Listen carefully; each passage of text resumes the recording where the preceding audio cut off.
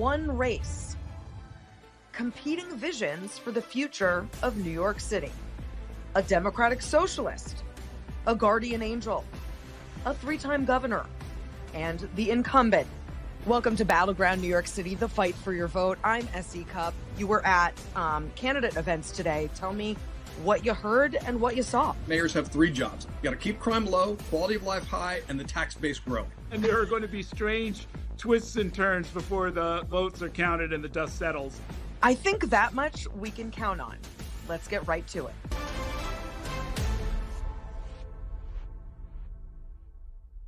Welcome to Battleground, New York City, the fight for your vote, where we're covering the New York City mayoral election for the next 14 weeks. Why? Because it's the thing everyone's talking about.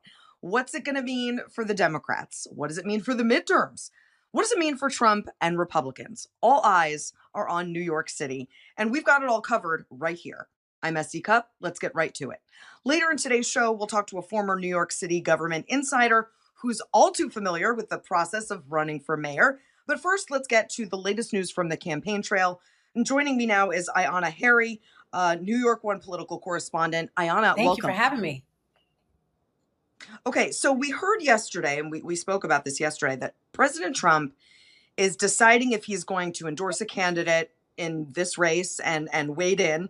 And there's news today that Trump and Andrew Cuomo had a call. Now, I know the Cuomo campaign is saying they actually haven't spoken in some time. Give us the latest on that. I think there's one thing at this moment that Donald Trump and Andrew Cuomo seem to be agreeing on, and it's that they have not had this phone call. President Donald Trump said yesterday he did not speak to Andrew Cuomo about this, about potentially endorsing him in the race for mayor. And Andrew Cuomo, he held a press conference not too long ago.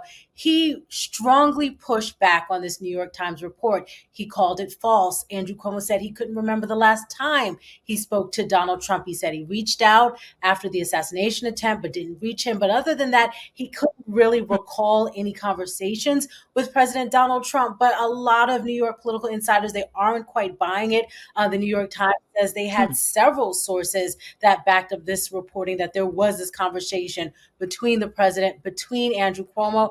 And really what we're hearing and what President Donald Trump himself has said is that he wants to do whatever he can to stop Zohran Mamdani from becoming the next mayor.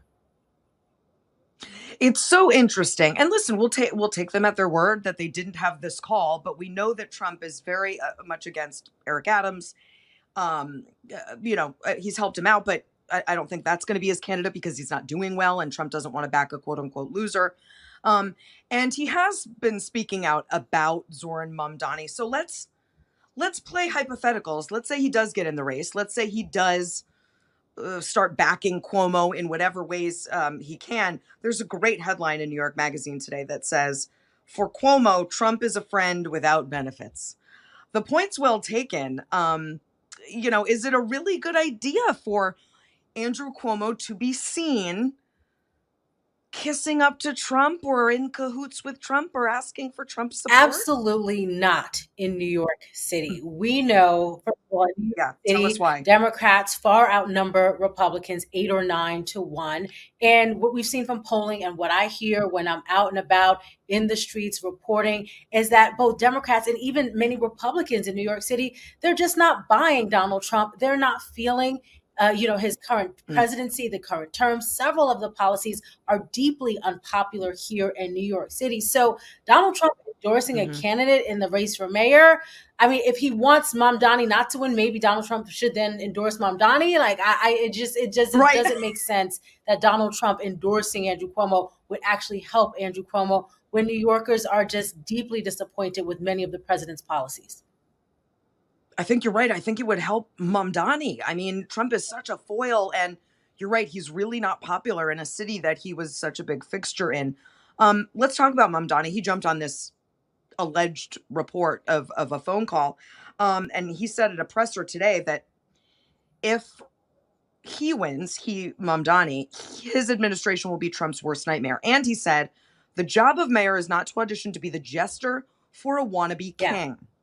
Whew, that's some tough talk. And he's, I'm sure, very interested in tying Cuomo to Trump, the way he's been interested in tying Cuomo to billionaires, all that kind of stuff, Yeah. right? Look, I think it helps Zoran Mamdani to attack Donald Trump as he's running for mayor, but it could be a very different story once he actually becomes mayor. Because here's the thing, if Zoran Mamdani and Donald Trump continue to get into high profile fights, the federal government can take it out on New York City and New Yorkers. We have Yes. seen the Trump administration go in and pull back millions and millions of federal funds that New York City programming relied on. New Yorkers, the city government relies on federal funding for everything from healthcare to education. So if Zoran Mamdani wants to take on that fight once he's mayor with Donald Trump, in some ways it could be New York City residents who ultimately pay the price if Donald Trump decides that he wants to be even more aggressive in clawing back federal funds from the city. Ayanna, that's such a good and important point. And it's almost as if Zoran Mamdani is running three races. There was the primary, now he's in a general, and then there's the aftermath if he wins and what he does with Trump. That's such a good point. He's got to play it smart right now.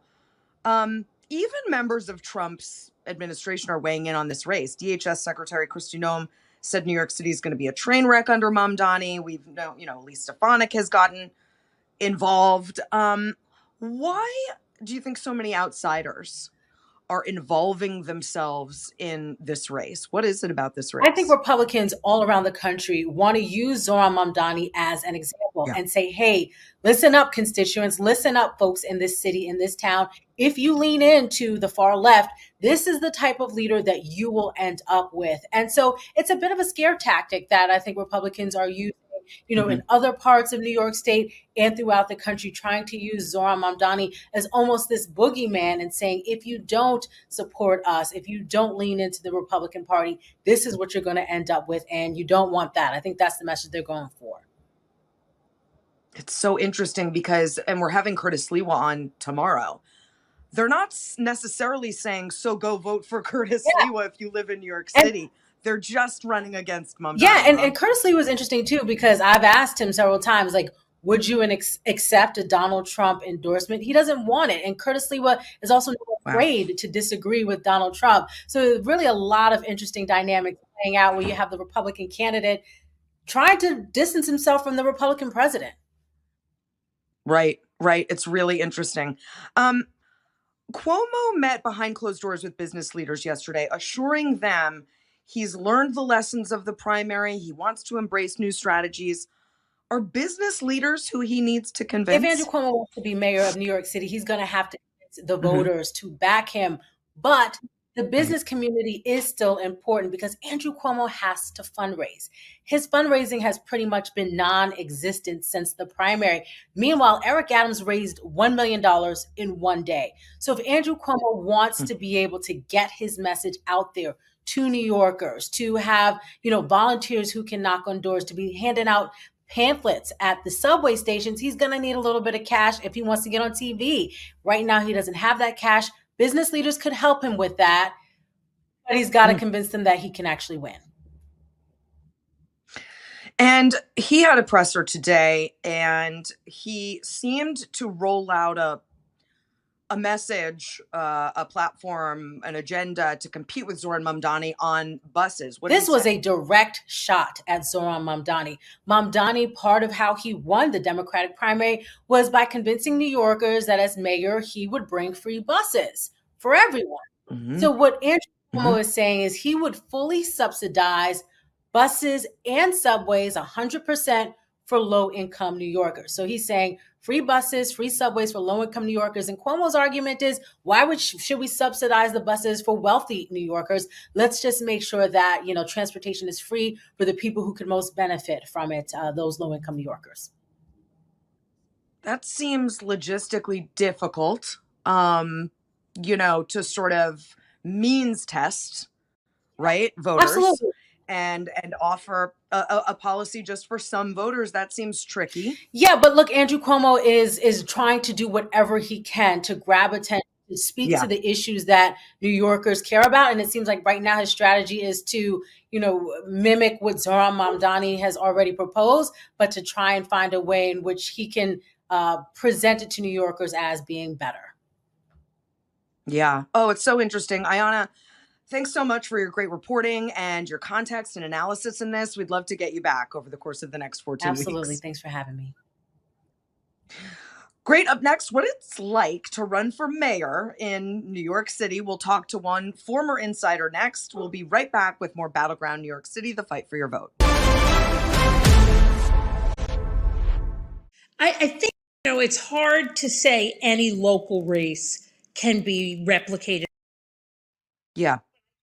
Who you are is who you should be as a candidate. You should stand by your policies. You should stand by your positions, even if the talking heads and the so-called intelligentsia is saying that doesn't make any sense. I think the second thing which needs to be replicated is, what are the issues voters care about? It's not what you care about, it's what voters care about. And I think sometimes candidates get lost too much in what they want to do, what they feel. You really need to respond to voters, and he did that.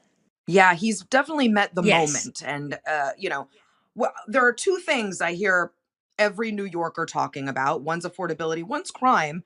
So let's get to that. We've got new numbers from the NYPD saying that gun deaths are down this year. That's great. But I work in New York City, and I know a lot of people who live there. It doesn't always feel like a safe city. And it used to. There were times I'd get on the subway at 3 a.m. or walk down the street at night by myself without a second thought. It feels a little fraught now. How does Mamdani reassure voters like me, if I were still living in the city, who don't feel safe right now? I think that the issue of having one supporter defund the police was obviously kind of an Achilles heels for him. He's come out very quickly and said that was a long time ago. I was a younger person. I had different experiences. And as much as people want you to be authentic, I think people also know when they look at themselves, sometimes positions evolve, and you want somebody to be authentic, but not to be so locked in that they can't hear other things and they can't take in other information. So I think he's also, shown that. The fact that crime is down, but people don't feel it, which I agree with you. I hear that all the time, like whatever the numbers are, I know what I know. I think that's really worked against Eric Adams. He's had other challenges, God knows, but he can't really run on the I solve crime because people just aren't buying it. Yes, and if we learned anything from 2024, it's that you don't tell voters that their feelings are wrong. Right. Like Democrats and Joe Biden were, saying the economy's great, crime is down, you're safe. And then they'd show a bunch of stats and charts and, your feelings don't care about facts sometimes. And good politicians know that. Okay, Christine, stay with me because I've got a lot more for you. Battleground New York City will be right back.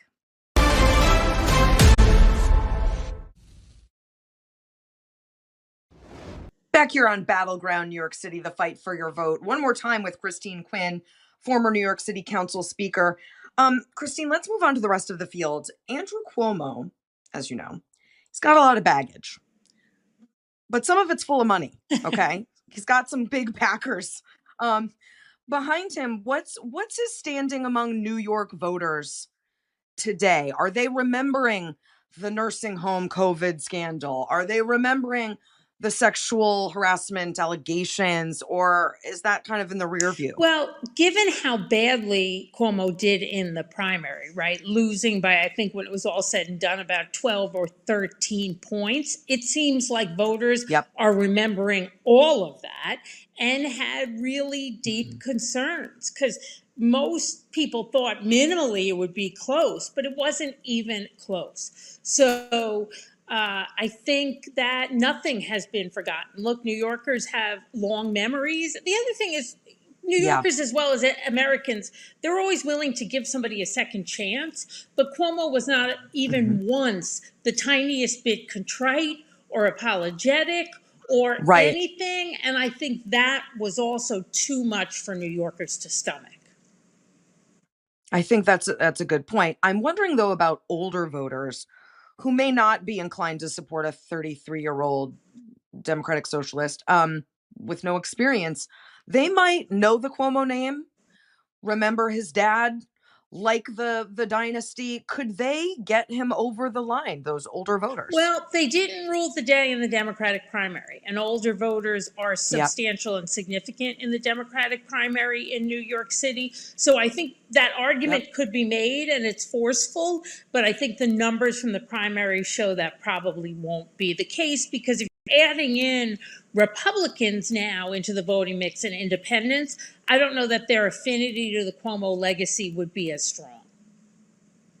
So who are his voters? If you were advising Andrew Cuomo in this race, who would you say are his voters? I mean, I think his voters are more moderates. I think certainly looking at independents, I think he did better in what you might call white ethnic or working class neighborhoods, and those were the places I would tell him to continue to focus.